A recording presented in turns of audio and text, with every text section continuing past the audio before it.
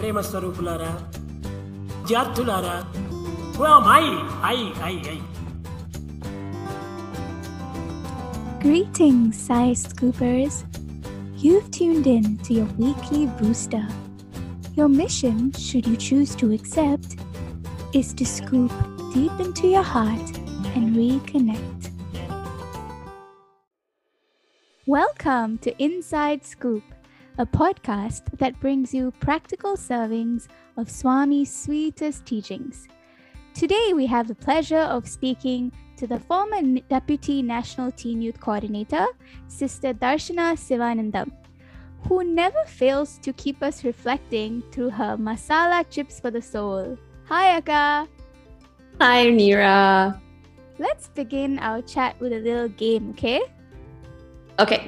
I'm going to give you 3 statements about Swami, and your task is to identify which one is the untrue statement.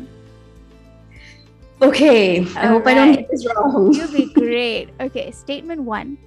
While studying in the middle school in Kamalapuram, Swami used to walk 8 kilometers a day to fetch water from the nearest river. That's true. Okay. Number 2. Swami used to eat the same breakfast every day while he was in school, and it was 1 idli and sambar. I think that's true.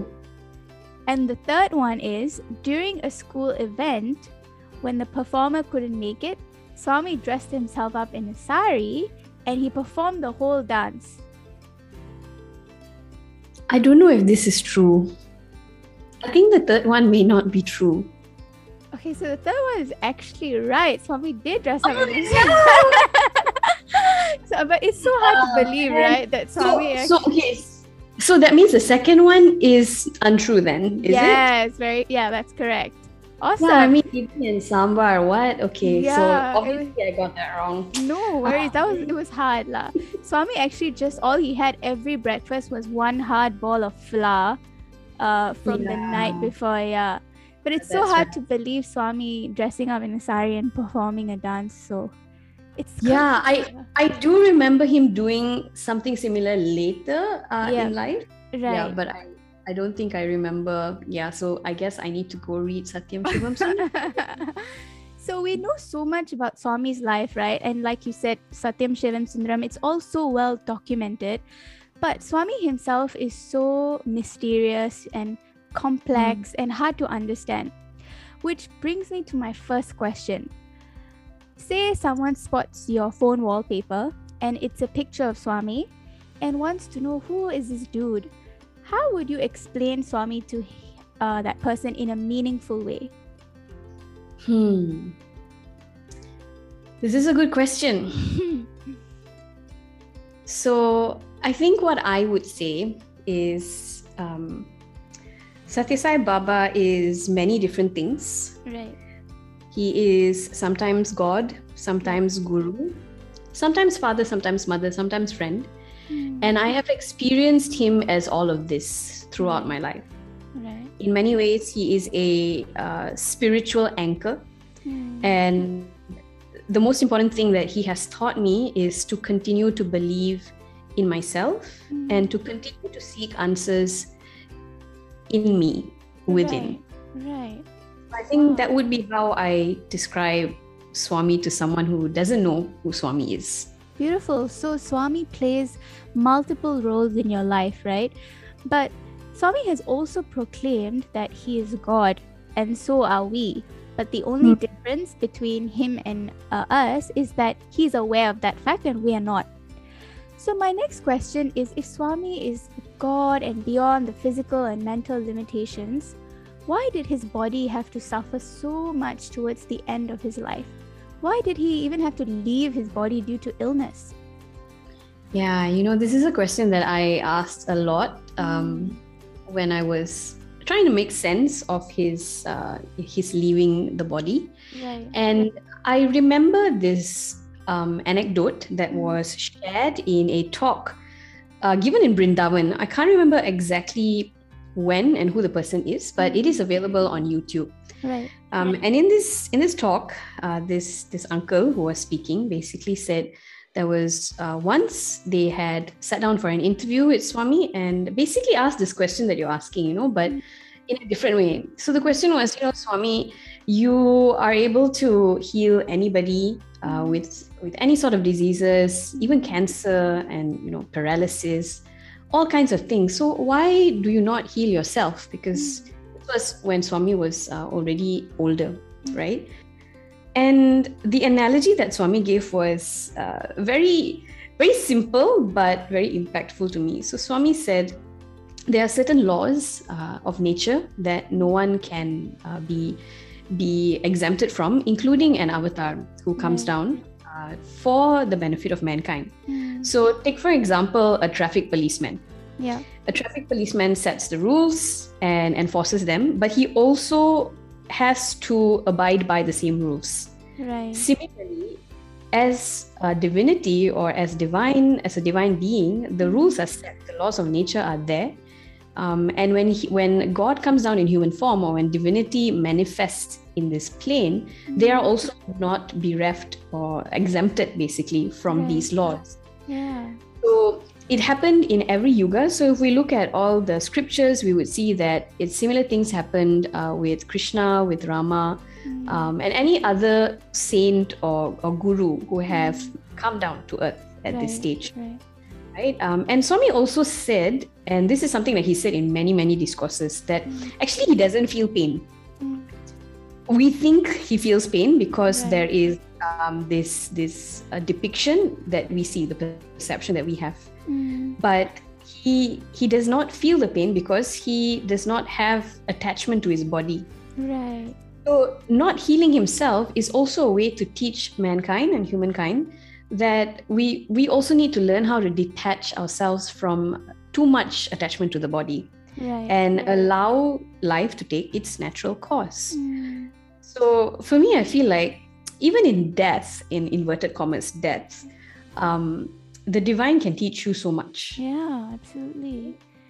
And when Swami took the form of a man, he, throughout his life, as you said, he acted like one. He joked around, he played, he walked, he ate, he slept. So sickness and death is just part of that whole charade, right? I mean, why would that be any different? If he did all the other things a human being did, why wouldn't he also depart? So that makes perfect sense.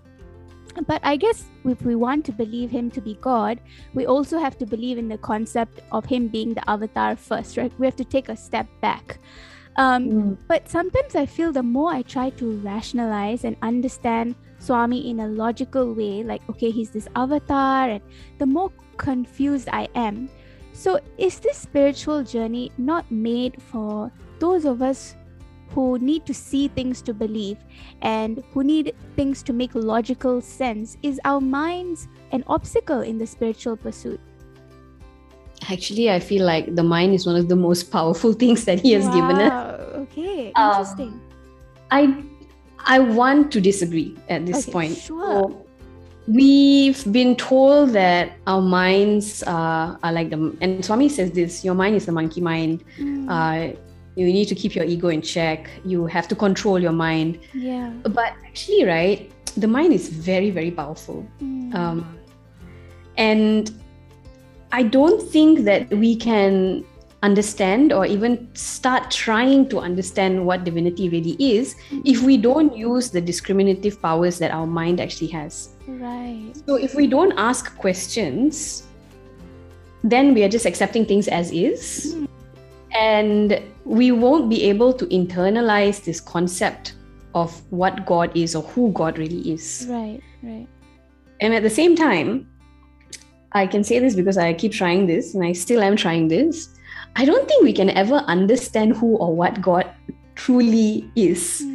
Because this concept of God is beyond what a human mind can actually perceive.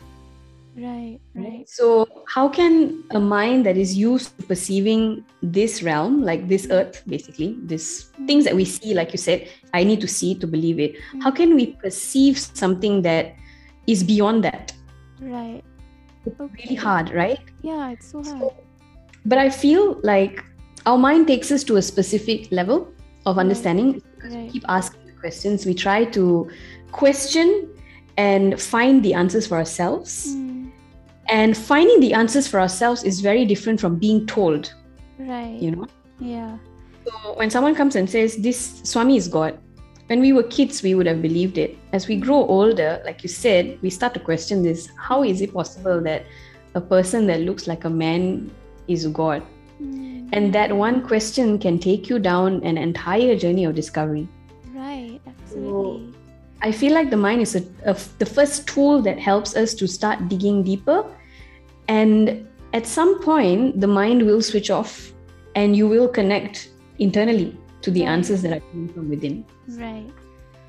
Great. So I'm so glad that you brought up how the mind is a powerful tool. But that same mind often asks me, right, Mira, how do we know that I don't believe that Swami is God? Because I've just gone to Balvikas and that's what I was told. And, when I was born, my parents put his photo in the altar and said, pray to him, he is God.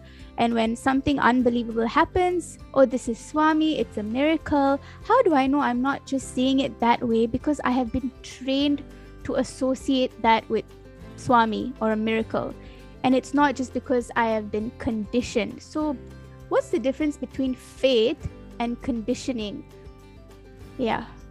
Again, really good questions. Where are you getting these questions from? Seriously? This mind, this monkey mind. Yeah, I can see that. Okay, so let's talk about this for a while then. Yeah. Conditioning and faith. Really good question, Neera. So here's how I understand it. When we are conditioned, sometimes we don't know, right, that we have been conditioned. Yeah.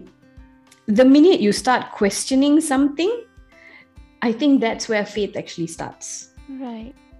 When we are conditioned or when we are told and we have a specific belief system, sometimes we just do it for the sake of it.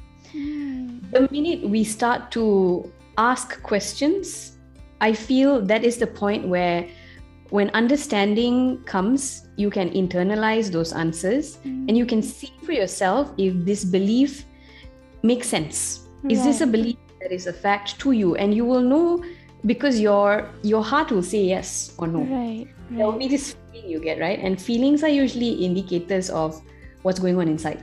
Right.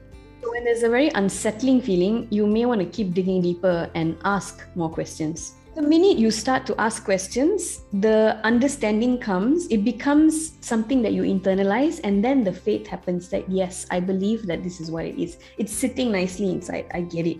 Right. And I feel like now this is something I want to believe in, and I feel that's where faith starts. Brilliant. So this is what we do with Swami as well. Almost everybody would have asked this question, how do I know Swami is God? And you would have experienced that shift from belief, just conditioned belief, to faith in different ways. Yeah, absolutely. And I love how you've pointed out that it's the questioning that brings out that faith, that starts the process of having faith. And so questioning is not a sign of weakness or having a lack of faith. It's such an intrinsic part of strengthening your faith. I love It that. is. Yeah. It is. And if I just can add, this is also, again, I don't know which discourse somewhere, Swami has mentioned that question. Right. Question as much as you want, but when you find your answer, and you know that it is the right one, don't question again. Right. That is faith, right? That is when you have unshaking, unwavering faith. Yeah. After that, it's just you.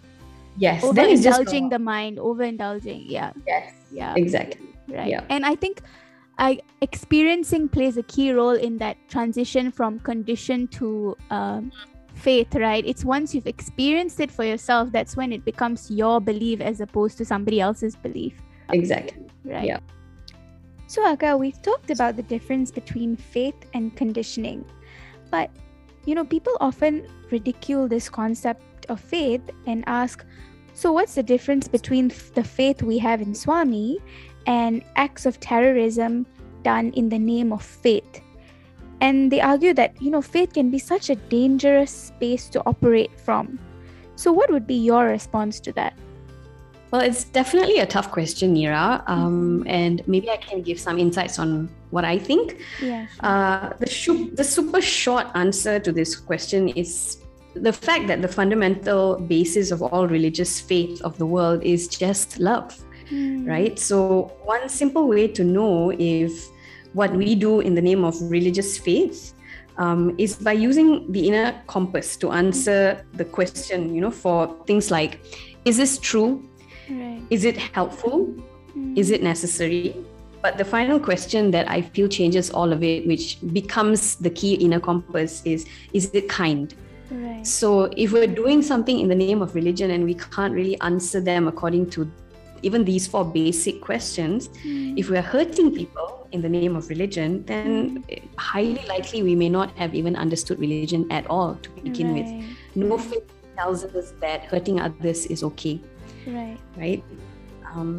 So that, I think that would be the simplest way to differentiate it, especially now in this time and age. Right, fantastic. Based on what you've said, I think it's very important to understand how we are defining and experiencing divinity, right? Because if we interpret it the wrong way, it can have horrific consequences. So what does divinity mean to you? I'm still trying to figure out this question.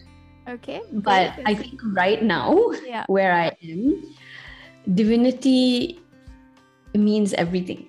Right. It's a very general statement, but I actually do believe at this point that the divine is everything. It is the good, it is the bad, especially the bad. It is me, it is my personality, it is the parts of me that I don't like, it's the parts of me that I like. Right. It is how I experience the world. It is what I see, it's what I don't see. I feel like where I am right now in life, the divine is everything. Right. So can you give us examples of how you experience Swami through parts of yourself that you like or don't like? This is going to get... Okay. You're really digging deep, Neera. I love this. Okay. So I guess whenever we feel good and we know that there are parts of us that are great, our positive qualities, for example, and I'm going to put positive in inverted commas again, right? Okay, great. We feel like, yes, these are all high vibrations, these are my good things, and if I am a reflection of Swami, then this is definitely something I want in my life. I want to be calm, I want to be kind, I want to be loving, and I have those qualities. But the moment we experience things like anger or sadness or anxiety, we are quick to sort of shut off from that connection to God. And I used to do this a lot. I used to try to not show the negative, again, inverted commas, side of me. For the benefit of this call, maybe this chat, we could say like the light and the darkness. So I would hide the darkness. Right. As the most of us do. Yeah. But actually the darkness is not as bad as we think it is. Because if we really believe that we are a reflection of Swami, then even these parts of us that we don't like should be a reflection of him too. And if so, why is it here? Yeah. Like, why, for me, some of the questions I ask myself is, why do I get angry? Why am I feeling anxious? Why am I feeling sad? And the minute, again, this comes back to inquiry, you are using your mind, the powerful tool, to dig a bit deeper.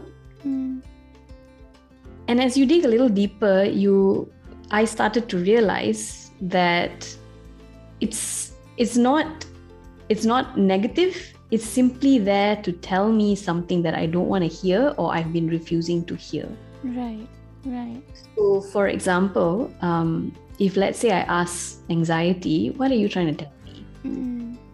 And anxiety, and you can only hear this if you are willing to take that step. With yourself. Yeah. And anxiety would say to me, I've just been really worried about how uncertain everything is. And I don't know if I know what's going to happen next. And that makes me feel really scared.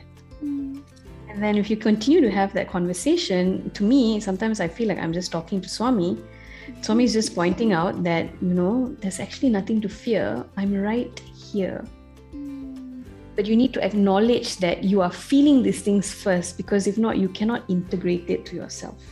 Right. Like, how do we love? Swami tells us, and this is something that I believe in, love yourself completely first, right? When you are happy, when you are experiencing love and happiness and joy, you feel whole. But we cannot feel whole if we are not ready to love every part of ourselves and see every part of ourselves as a reflection of the divine. So even the darkness to me is a reflection of divinity, helping me to understand more about me. Right. And I guess that has sort of trickled into every other aspect of my life, including external experiences. Brilliant. So the emotions, negative or positive, are just little messages or little portals to help have a conversation with the divinity within you. Is that right? Yeah, that's how I see it, and that's how I Beautiful. experience. There's no one way to experience the divine. And some of us may know the divine as Sathya Sai Baba. Yeah. Others know him as someone else. It may not even be a he for some people. It might be a she. Or it might just be the universe. And I feel like at the end of the day, we can't judge how someone chooses to experience divinity. Right. Some people may be okay with just connecting to the divine through puja and rituals, or seva or meditation. And then there are some people who like to debate and get very philosophical. But at the end of the day, it is what makes you feel this really deep, silent connection. Right. I think the reason we find it so hard to express what divinity is, it's because it's the nature of divinity to be so all-encompassing. Yeah. And as humans, we haven't encountered something so boundless like this. In fact, one of Swami's students has said that to a spiritual aspirant, Swami is the divine master. But to a rationalist, he is just the greatest humanitarian on earth. And to thousands of youth, he is this dynamic leader and a huge source of inspiration. And to a devotee, he is divinity in human form. And to everyone who has had the opportunity to see him, he is pure love walking on 2 feet. So I don't think it's the nature of divinity that's changing, but who we are. So depending on where we are on our journey, Swami looks different. Of course. And I think that is actually the natural evolution of us when we're on a spiritual path. Like when you were younger, Neera, I'm sure Swami would have been completely different to you. And he's probably someone completely different to you now. And similarly, that's what happened to me as well. And it's going to continue to evolve. There's this saying that I always hold on to, that the only constant in my life in the face of change is Sathya Sai Baba. But even Sathya Sai Baba as an experience is going to continue to evolve. When I was younger, I used to talk to Swami a lot. The first question you asked me, right? How would you describe Swami to someone who doesn't know him? We used to have a photo. We always have a photo of Swami everywhere. But when we were kids, my Malay neighbors had showed up in my house for a play date. And then they asked me, "Hey, who's this man?" And then I didn't know how to answer because I was like 7 or 8. And I'm like, Then this boy asked me, "Your grandfather?" I said, yeah, my grandfather. Because it's too complicated to try explain. I didn't know how to explain to this neighbor of mine that actually this is somebody I believe who is God, So he started as that, a grandfather. When I went off to college, I think he was more of a friend. I would talk to him, I would write him letters. I actually used to write him a physical letter every week when I was studying in Australia, and I would post it to Prashanti Nilayam.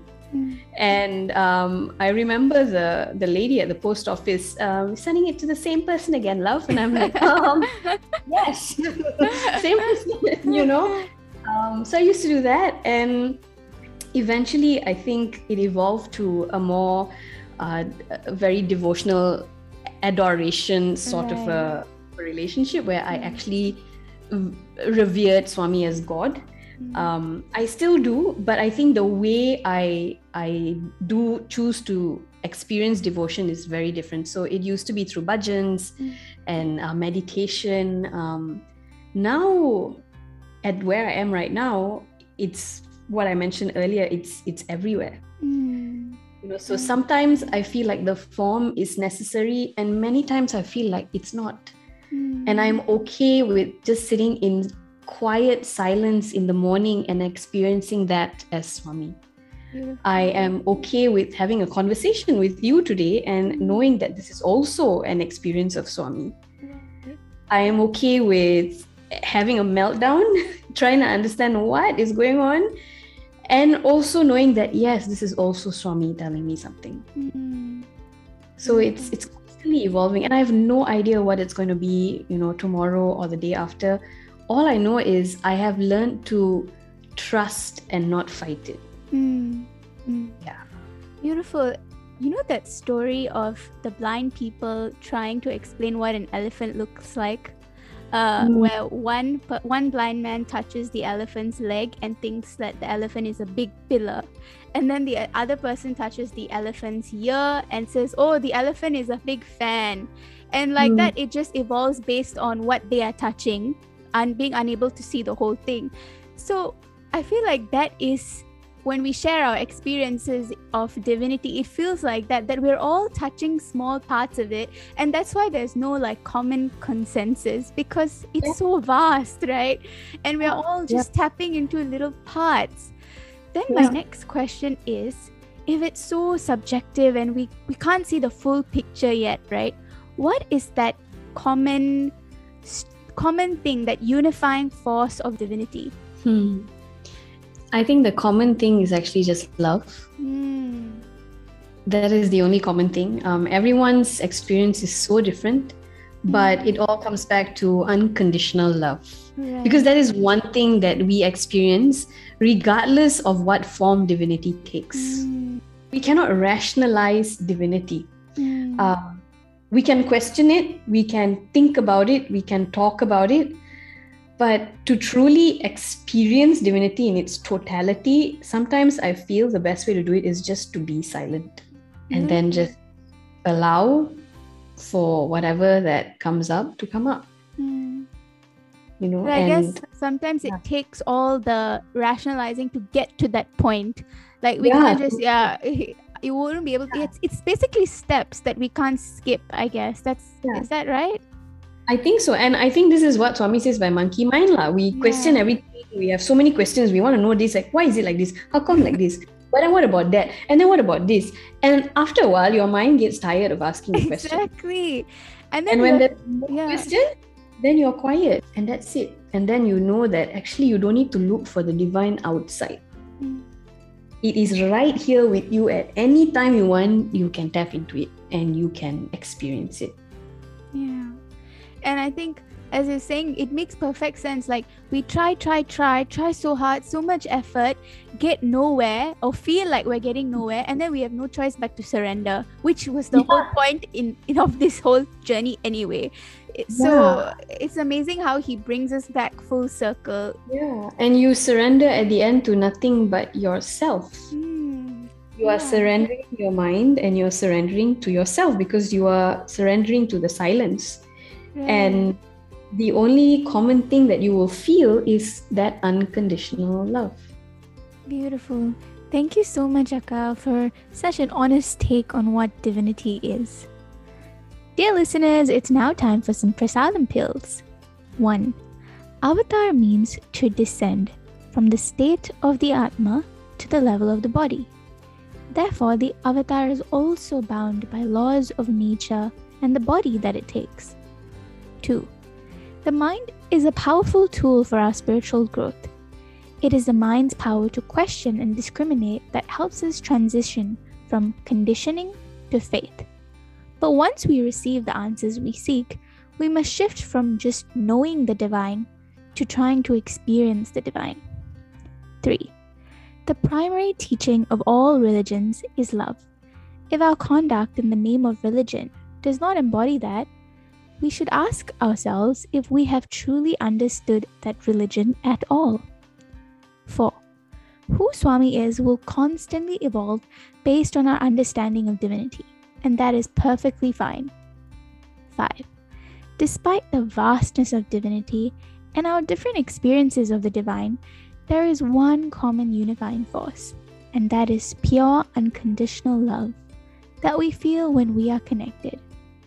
Next on Inside Scoop, we explore how we can close all those tabs in our minds. How do we stop overthinking? Until next Friday, happy scooping!